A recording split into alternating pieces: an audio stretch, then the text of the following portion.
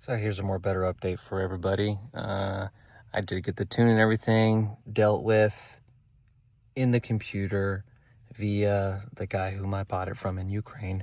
So again, thank you very much, man. I mean, it starts up, it runs pretty good. I'm really satisfied with everything overall, really.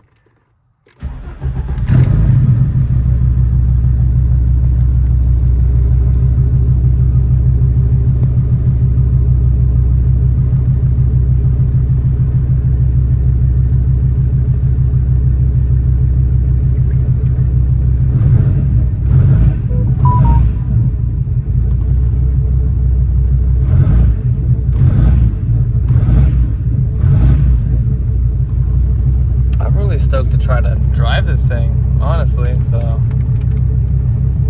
let's see what we can make happen. Thank you everyone for tuning in.